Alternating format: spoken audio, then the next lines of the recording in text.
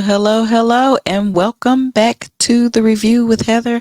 I am Heather from Heather's Passion Academy, and I am here today to review The Never Ever Mets. And we are on season 1, episode 9. I think we have one more episode to go before this is all wrapped up. So here we are. Now, y'all ain't gonna see my face today. It's been a long weekend. That's all I'm gonna say about that. So you're just gonna get a nice little icon picture there. It's fine. I'm telling myself this. It's fine. So y'all, let's get back into it. Let's remember what happened at the end of last episode. At the end of last episode, Dr. Allie was talking to Jody and Aaron, and at that time, she asked for Jody to have a one-on-one conversation. So she excused Aaron from the conversation. So that's what had happened. And so what we're going to do now is see what else happened. First of all, let me just tell y'all, Dr. Allie's faces when these people are talking, she tries to keep a neutral face. And I do appreciate that about her because I don't have a poker face at all. So that could not be me. Just absolutely couldn't be me. You'll see everything that's going on my face. Anyway, so when Aaron goes back into the house, Dr. Allie just asks uh, Jody if she feels like the relationship is worth pursuing. Now, after a little bit of conversation back and forth, this girl says yes. And I was like, really? I don't, okay. No, ma'am, Pam. I was like, no. The one thing that Dr. Allie points out is that she says that Jody has a big block, and she was like, "How do you feel that affects your relationship?" So Jody starts with, "Well, I'm a difficult and complex person, and you just won't find people to accept you like that." Dr. Allen just kind of tosses the ball back in her court and like, "Hey, well, do you accept Aaron? Because you got all these things you always saying, but do you accept Aaron?" And she was like, "Well, if we continue to have these conversations, I just got to learn him, blah, blah, blah. I got to factor some stuff in." Dr. Allen's just like, "Listen, I'm hearing a whole lot of maybe people they are who they are. So he is who he is, boo." And, then she goes into this thing talking about, and I don't know who she's trying to convince. I'm not sure. If it's us or if it's herself, I'm not sure. But she says, we click because of the creative process and our views on marriage. And then Dr. Allen's like, "So, what does he want to marry for? Business? Well, okay, what do you want to marry for?" She's like, "Marriage is a business. At the end of the day, when the love isn't here, you still have something to keep it going." And Dr. Allen just outright asked her, "So you assume love won't be there?" And she say, "I'm not assuming. I'm just saying, I'm not assuming, but I'm just saying what happens when it's not there." And she's like, "So why are you preparing for this? Like, what's going on?" So she goes on to say, "Well, I've seen my mom have a failed marriage, and she's making it work because she loves him. He doesn't love her. Love is weird." Dr. Alice says, "It seems like you're hedging your bets for a relationship to fail and to not work." And she was like, "Look, your decisions are very much trauma based." Jody is over here talking about it takes a lot for her to feel safe. Listen, I understand that Jody has a lot of things going on. She talks about her essay, and that's the reason why she studies sex, and this is how you control it. But then, I also think that you just shouldn't force things that aren't there. Just let it go. It's okay. This is the one thing you can control is whether or not you stay in a relationship with someone. That's a real quick way to control something. Well, Dr. Allie tells her you deserve to be wholeheartedly loved by someone. And that's when the waterworks started. And you can very much tell she is not comfortable with any kind of emotion. She was like, she don't like it. She's trying to have, she's hides behind a bunch of boundaries that keeps her from what she wants. That's what Dr. Allie was telling her. Like everything that you want, you're hiding from it.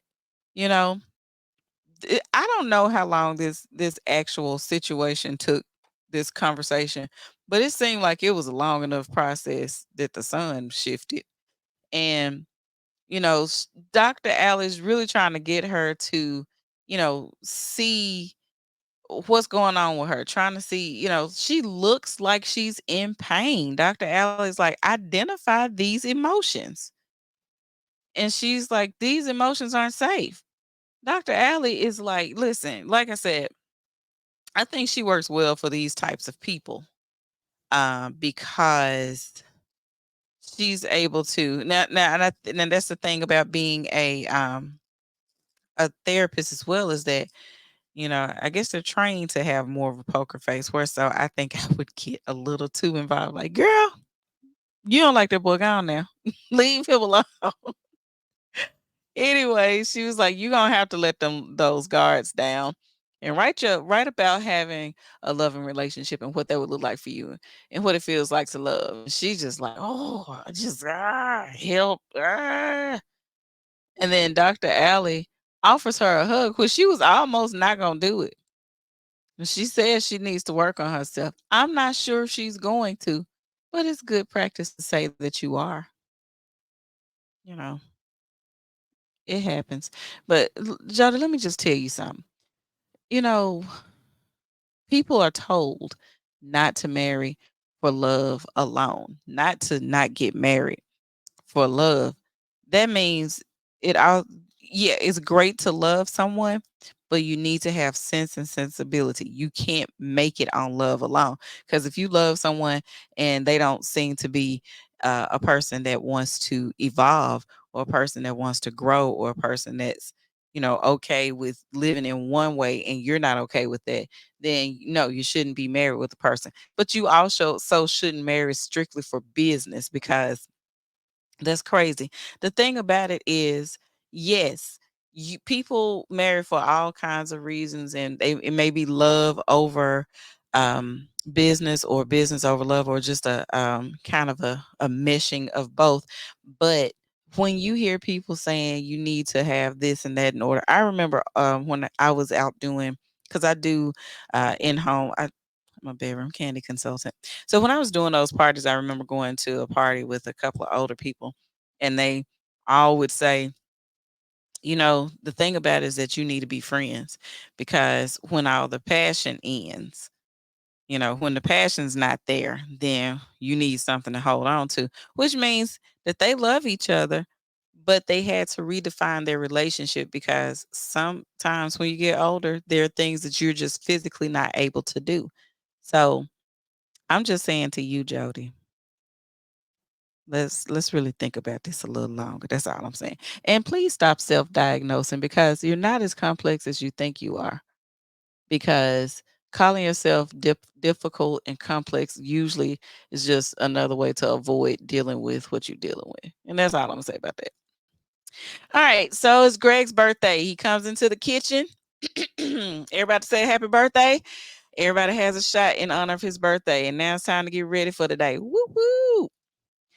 So Shay and Josh, I'm gonna get it together, y'all. Shay and Josh have a check-in with Taronda, who wants to know how things are going for them, because this is them meeting up for the first time in 12 years.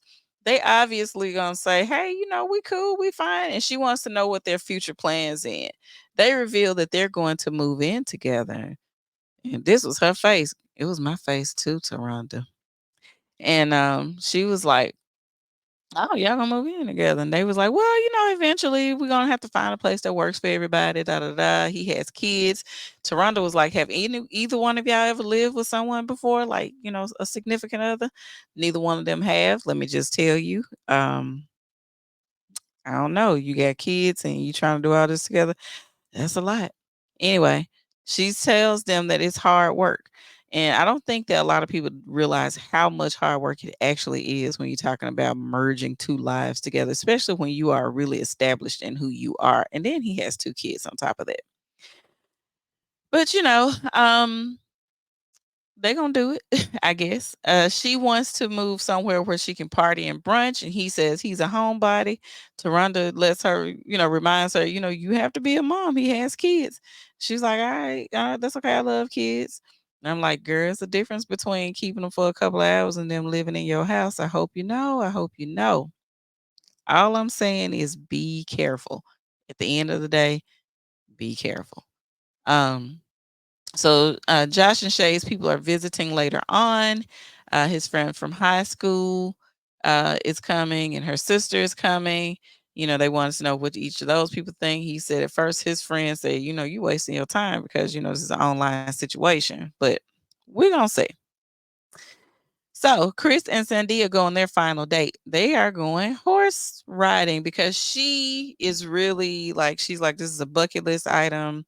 Now he may not be a great communicator, but he's a great listener. And I'm like, oh, okay, okay, okay. Um, so they go out to the I guess the pasture, the park, I don't know, ranch. They out there and they get introduced to the horses. Now, this is the first time I've seen her face light up, like where she's true. You can tell she's happy. This is the first time I've seen it. Any other time she looks sullen and sulky and sad. This time she really looks like she's happy from the inside. So they go on their little ride and they ride around until they find a little picnic area that's been set up for them. Isn't that cute? They have little snacks and whatever. And the question was to her, really, that was him asking her, is she going to leave with him? She says she's open. He wants to know if she sees it long term. She says, well, you're working toward it, and he was like, yes, I am. I went to the little session. They, when they talked to the other professional, I can't remember her name, but he felt like it actually was beneficial, which is funny because he was kicking tooth and nail against it. And she was like, remember, you said women don't make good decisions. And this was a good decision. And he was like, yeah, you're right. He wants to know her plans when she gets back home. And she was like, I'm going to go back to work, go back to the gym, get back in the swing of things. Then he says he doesn't want her to work. Like ultimately, he doesn't want her to work, but he knows that she wants to be a nurse. And she's like, well, I like to make my own money, so I don't want to be, dependent on nobody. And he was like, well, I just want to take care of you. Chris, what do you do? What does an entrepreneur? I just, I do not like the blanket term of entrepreneur because that could be anything. But anyway, you can be selling CDs at your trunk. This entrepreneuring, like what? Okay, anyway, um, he says he take care of her. She says she still want a side business and take care of the house. And I'm like, hey, if he's talking about taking care of you, he can probably pay somebody to take care of the house, right? Boom, there you go. He was like, I want a child, and I think she thought he said I have a child. I don't know, but it was a awkward laugh there that made me think that she misheard what he said. But anyway, he said he wants at least one. She says two max, and he feels like they're in a good place, and they may actually be on the same page and may actually have a good love story. I don't know. I'm gonna see about that. I'm not sure. Not really sure. Aaron and Diamond. Whew. Big Aaron and Diamond. They go to see Dr. Allie, and she asked them what is has been going on, and then like what are the things they've been doing to navigate some of the drama they started? Because here's what I think is funny. She goes to ask them how they doing, and they want to talk about what everybody else doing in the house. Listen, this session is not for y'all to be griping about other people. It's about you to be talking about, are you moving closer to going home together since y'all first met? They're talking about all kind of stuff. Aaron, like, because I'm the oldest, it's like being in a house full of children. That's very dismissive. I don't like it. Just say you on different, and here's the thing. Aaron is 51. Diamond is 44. They're the oldest people in the house. That does not mean that you have all of the knowledge and all of the wisdom. You can learn from anyone. I learn from my little 7-year-old all the time. I learn from my other kids all the time. I learn from other young people. It has nothing to do with age. It has everything to do with being able to apply what you've learned to your life. And I wish he would just stop saying that. Dymond says everyone needs to mature. Now, Dymond, you out here playing telephone with Alexis and Shay, and you want to tell people to be mature. You didn't even have to tell her that that was immature. Maturity is knowing that that wasn't none of your business to share. Anyway, so Dr. Allie says, y'all been giving folks advice? And he was like, yeah, but it wasn't received well. The people saying that we trying to get in their business. And they just smile and walk away. And I was just like, that was my face too. Girl, Dr. Allie, I'm like, were you not the one running up to little Aaron daddy trying to talk about why you didn't like Jody? Why? And you're saying that you just walk away from drama? I doubt that. I doubt that. She wants to know how the situation between her and the sister went. You know, him and the sister and everything. They were talking about how it didn't go well. Because he tried to be calm, but he exploded. But you know, here's the problem. Aaron likes it seems like he likes to tussle. And I think everybody can pick up on that. He gonna try to pick a bone with somebody and Diamond gonna tote them bones. That's just what they do together. And she was like, is there a plan for the three of y'all to get along? Diamond like, it ain't gonna be no three because if she can't accept my man, girl, that's your sister. Now, unless y'all been together forever and she trying to break y'all up over some meaningless stuff, yeah, no, absolutely not. And I think the problem is your sister just want the best for you. And if somebody already proposed to somebody else online, they probably not the best for you. That's all I'm saying. Anyway, Dr. Allie says, now it looks like there's some friction and drama, but you have found a way to work through it. And she also tells them, do not make it a habit of causing drama to get closer. Cause they're like, every time there's drama, we get closer. Don't do that. Don't do that just don't do it. Okay. Well, Shay and Josh go on their final date and they get matching tattoos.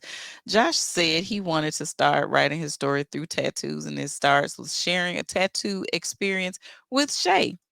Shay is up first, and she was squeezing Josh's hands off because he was just, because it's painful.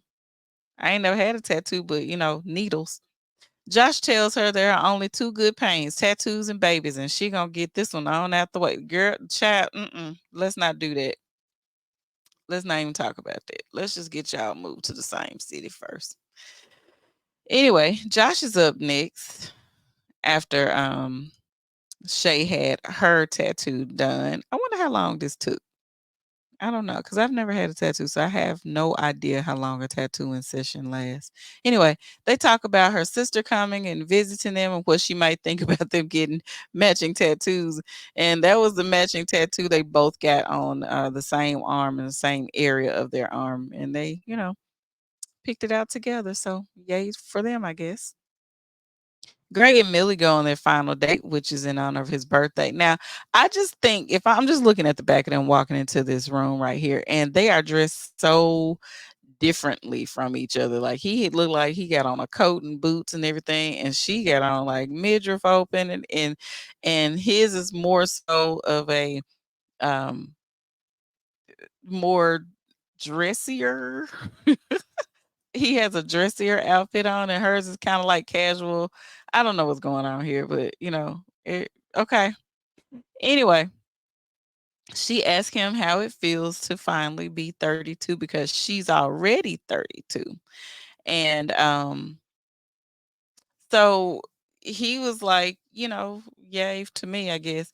And she lets him know she would like to settle down between 32 and 34 because she wants to have children, and at 35 you'll be considered high risk.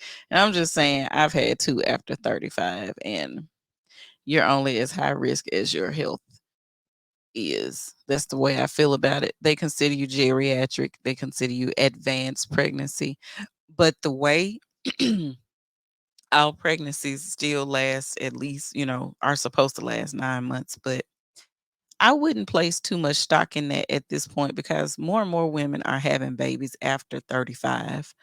And I don't think that's something that you should worry about unless you already have existing fertility issues. And we don't know. But I'm just telling you. So back at the house, they are decorating for the surprise party. Look, everybody's coming together and trying to get ready for Greg's party. Now everybody except those two, because they too cool for school. They over there playing pool and everything. They got birthday party stuff set up. Everybody seems to be in a good spirit to help celebrate Greg's birthday. Just doing everything they can do. But not them. They're gonna play pool, honey. Back over here at the dinner, Gregg lets Millie know that he is serious about her. And she says her plan is to leave with him. And he says, Child, I got a lot of plans for us. Then he gives her a gift, and it's a pearl necklace. And he wants her to know how serious he is about her and that he wants to be exclusive.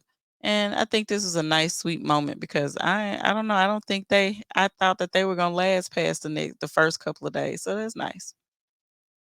Anyway, they pack up, get to the house, everybody's turning lights off, and you can feel the excitement how everybody's like, "Okay, y'all, they got here. Okay, they getting out the car, they coming to the door. Y'all, everybody hide." And child, them other folks just sitting over there in the corner. It looked like they were just playing pool the whole time. They just really didn't want to participate. My thing is, I get that y'all feel like y'all so much more mature than the other people in the house and that you're older. Then leave if you don't want to participate. Just leave. Y'all can go out on dates and stuff, right? Or go over to the boom boom room or wherever, since y'all want to be by yourself.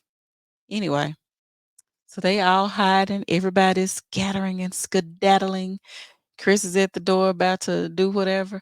Then he walks in and everybody's like, surprise! They sing a little happy birthday song to him, and he is thankful for the family that he's made in the house and giving special thanks to Millie. And the party starts. Drinking games. Shay over here playing drinking games. They doing um little sexy games and stuff. Now, it got a little intense for the older couple, and they went on and headed out, which I probably would have too. Actually, I've been shut down after about 9:30. Y'all can do whatever y'all want to do, but I'm not gonna stay up that long. Um, you had all kind of games going on here with Aaron supposed to be acting something out with Jody, and she looks like she could be somewhere else. Could have had a V8. Um, then she said, these types of games kind of let you know what your partner's gonna be like during sex and everything. And I don't think this was I'm gonna have to take. I don't know if I'm taking up for him or not, but I just think sometimes, people just having fun. I don't think they really giving they all and they best. Look like he was just having fun today, but I don't know why he took his shirt off. But you know what? I can't be in young folk business. Anyway, so then they say, hey Josh, give Shay a lap dance, and he over there having fun. Now Chris calls out the fact that um, I guess that Jody likes girls. See, this is why every time I think that we've turned a corner with Chris, he does something. So he dares Jody and Sandia, of all people, to kiss on the lips. And I was really hoping that Sandia would say no because this is a hard boundary. But she was like, well, it's just a game or whatever. And I'm like, girl, stop allowing him to do. If you didn't want to do it, why did you do it? Don't do that. Because I think everybody would have respected your no. He's the only one that don't respect your boundaries. I think everybody else would have understood a no. Um, she said this is the first and last time that's gonna happen. I'm gonna skip through some of this other stuff, child. They had another drinking game. Aaron lost. He ended up running through the house naked. Dymond was shooketh and disgusted. And I'm like, oh, okay. They just had them a gay old time. Now Jody over here sulking, talking about she being a fire and air and being a moth and trying to decide what she gonna do. You can leave. You ain't even gotta decide. You can just leave. You ain't gotta do nothing but leave. Next thing, Josh, Gregg, Aaron, just kind of talk about what happened the night before. They had a great time, happy birthday again. He was like, yeah, this was a fun night, da da da da da. And then Shay's sister comes to visit. And her name's Ashley. She's really cute. And I like her because she asked a whole lot of questions and she didn't leave no rocks unturned. And I think she gonna ask a lot more when they get back home. Um, so she was telling her about Josh, and she was like, "I ain't never heard of him. I don't know him like that." And she was like, I didn't tell anybody, especially mom, about the relationship because it's online. But when he's ready to make it serious, I'm gonna share with mom too." And the sis want to know if it's lust or love. Shay was like, "I think I'm in love." Is he gonna pop the question? Yeah. Then she was like, "We got matching tattoos," and she was like, "Girl." Josh comes and sits with them and she wants to know everything. She's like, "Look, what's your favorite Bible verse? What's your shoe size? All these things." And he answered those things, why do you like her? Why do you love her? All these things. And she really, worked. She had the best interview. She didn't say she believed everything, and you shouldn't. And she said, "When y'all gonna make it official?" "Well, we official right now." She was like, then he was like, "Well, 2 years max, and then we getting married." And it's just a lot between those two. They seem very happy right here, but again, it's TV. Josh's friend comes in, and that's Warren. He's a friend from childhood, and he said, he feels like this friend can be honest. And the friend was asking, "Hey, so what's the plans?" And he was like, "Well, is we gonna probably move to Texas because Shay don't really f with Memphis." Shay, what's wrong with Memphis? Because I'm from Memphis. I am in Memphis right now. What's wrong with Memphis? What you talking about? What you don't like about Memphis? We like Memphis. Memphis is a good city. No matter what they tell you on TV, everybody got their problems. I've been in Memphis my whole life. I love it. What you mad about Memphis for, Shay? I'm offended. But that's okay. We got this saying: if you don't want to be in Memphis, don't be in Memphis. There you go. Um, so after they kind of talk about everything, they all come together. Shay's sis is asking them, y'all got to be established. You got to make sure you get your stuff lined up. You think you in love, you know, it's cool or whatever. I'm gonna give you my stamp of approval. I guess I'm feeling him. Warren says he's a supportive friend, and if his friend is happy, he happy. But if he does something stupid, he'll call him out. Warren seemed like a nice kid to me. Nice guy. Let me stop calling them kids. They the same age as my little cousin. But, he's just letting them know, I think y'all gonna be all right. Then the friends leave. And I thought this was funny because we spent a whole lot of time on everybody else's people and we didn't spend that much time on them. And I'm trying to figure out why not. Anyway, next thing, Dymond and Aaron head to their final date on a wine tour. And they start with my least favorite wine, which is Moscato, because it's really tastes like juice to me. It's very sweet. I'm not a fan of super sweet wines. I like dry wines, but that's my business, I guess. Because you know what? One thing about that wine is when it's sweet like that, you guzzle it down. You next thing you know, you is out here drunk for nobody's reasons. Okay, all right, slow down. She said the household got her to drinking. Really, y'all got yourselves to drinking because just stay out of folks' business and you wouldn't have to be stressed out. They hop on the cart and the host takes them on the tour of the property. Diamond is like, "Oh, this is nice. Y'all have weddings out here?" He's like, "Yeah, we have weddings out here, girl."